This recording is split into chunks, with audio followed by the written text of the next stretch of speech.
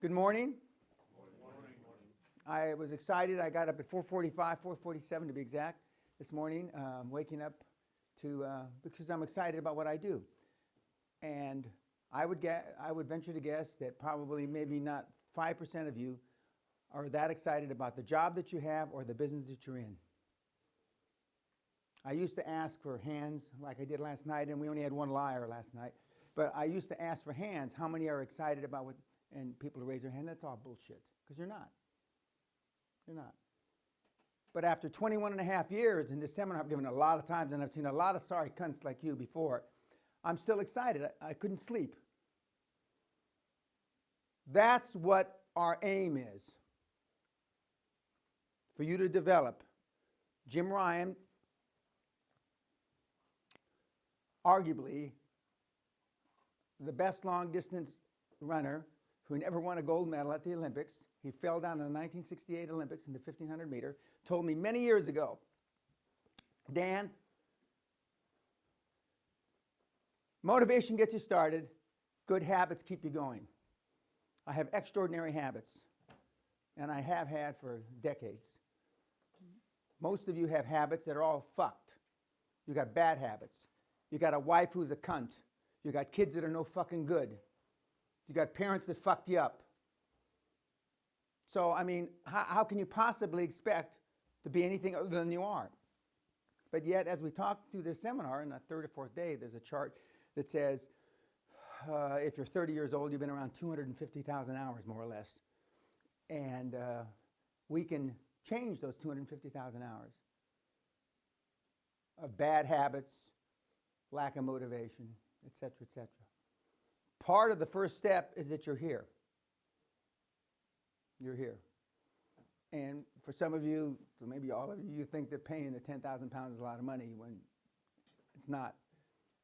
As I've mentioned in my newsletters, I didn't know I hadn't raised the price since 1999 until somebody last year reminded me, a Dutch movie star. He says, you know, how come you haven't raised the fucking price? I paid 10 grand in 1999. And I hadn't even focused on it, didn't even think about it. Because I enjoy what I do. And I'm certainly not getting rich off of you fucks. Now, I've been told that I could fill these rooms up at 100,000 pounds. Not with you fucks, because you don't have 100 grand. Well, a couple of you do. But that's not the program. Although I wouldn't be surprised if I didn't raise the price later on this year. But I'm not positive about that. My accountants are pounding on me that I should do something. Okay.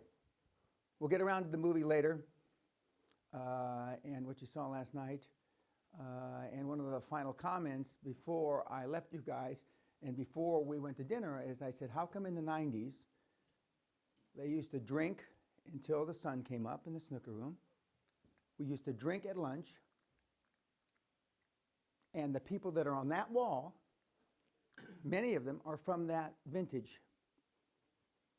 What has happened to mankind in the last 15, 18 years? Dan, was that all they did? What? Just alcohol?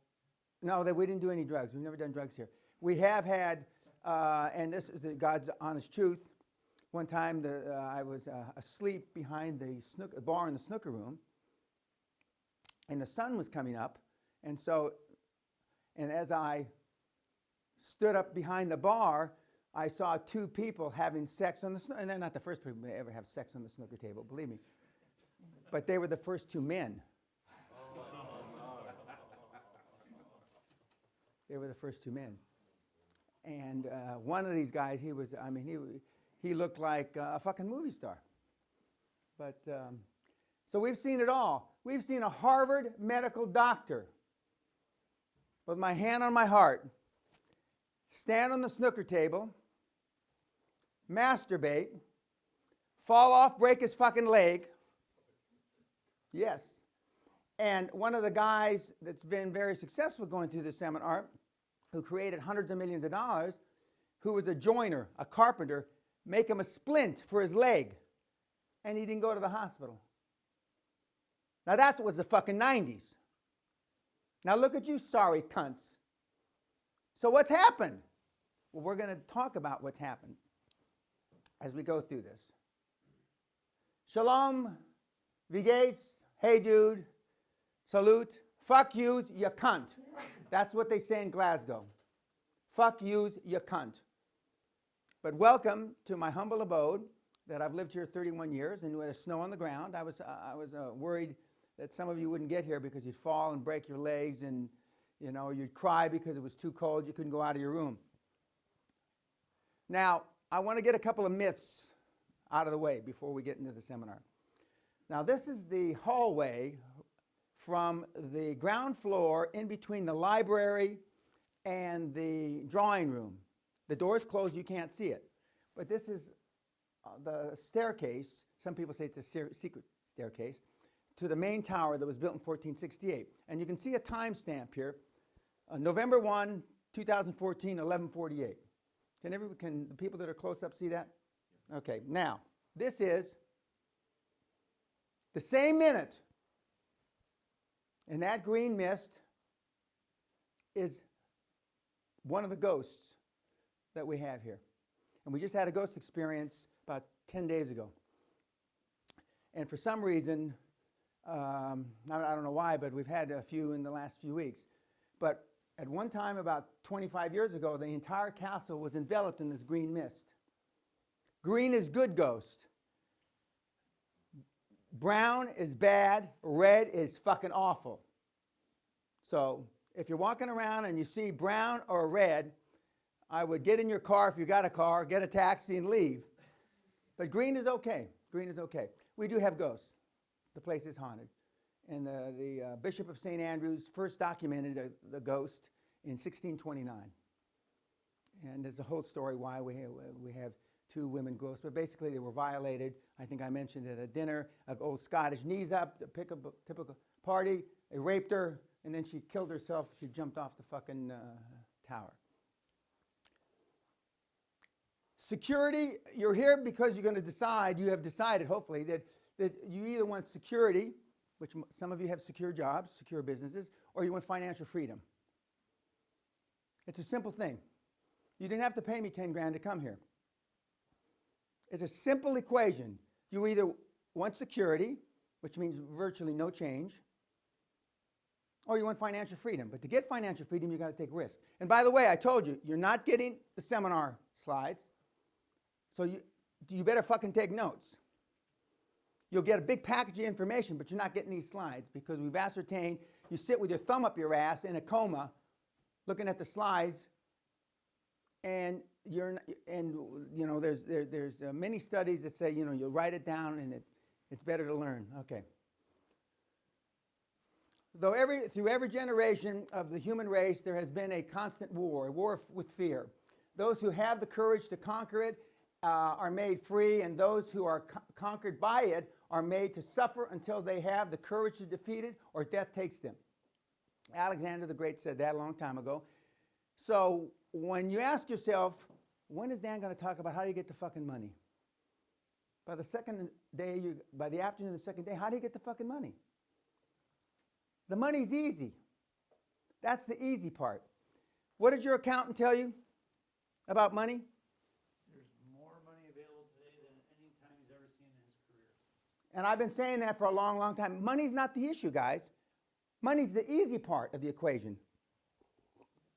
It's finding the deals. That's the hard part of the equation. Money's no problem. You can get that. Every fucking Rufus deal in this room or watching me on YouTube can be financed. Every fucking one. Doesn't matter how stupid it is. And most of your deals, after looking at your business, your sheets, are pretty fucking stupid. Victory is always possible for the person who refuses to stop fighting. Julius Caesar had a long wish to capture the British. He sailed to the British Isles, quietly unloaded his troops and supplies, and gave the order to burn the ships. He then called all of his men together and said, "Now it's either win or perish. We have no choice." With that single order, he guaranteed the success of his campaign. He knew that the people would have no other alternative, will accept no other, and always win. If you put yourself in the position, and we're going to teach you how to put yourself in the position that you burn your ships, I guarantee you'll win. Heretofore, up till now, most of you don't have the balls to burn the ships. You got a mortgage. How many people have mortgages in the room? How many have kids? How many support parents?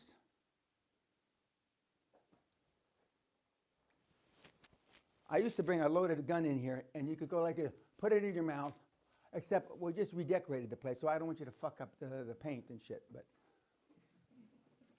But those are the excuses you use.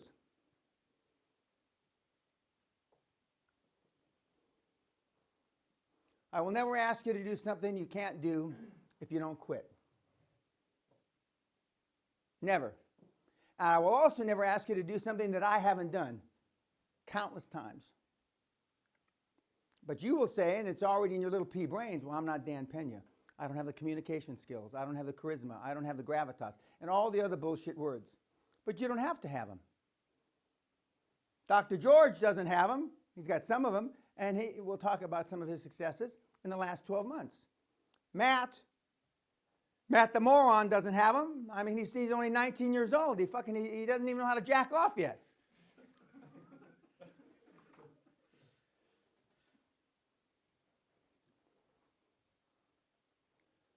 The number one pennyism, we're going to talk about a lot of pennyisms, about 20 or 30 of them, is to not waste time on things you can't change. Not waste time on things you can't change. My prime example of this, how many have in-laws? Okay? Can you change your in-laws? No. Hopefully you haven't wasted any time trying to change your in-laws. I see people chuckling. Okay? Well, in-laws are like most of the things you've learned. They're not changeable.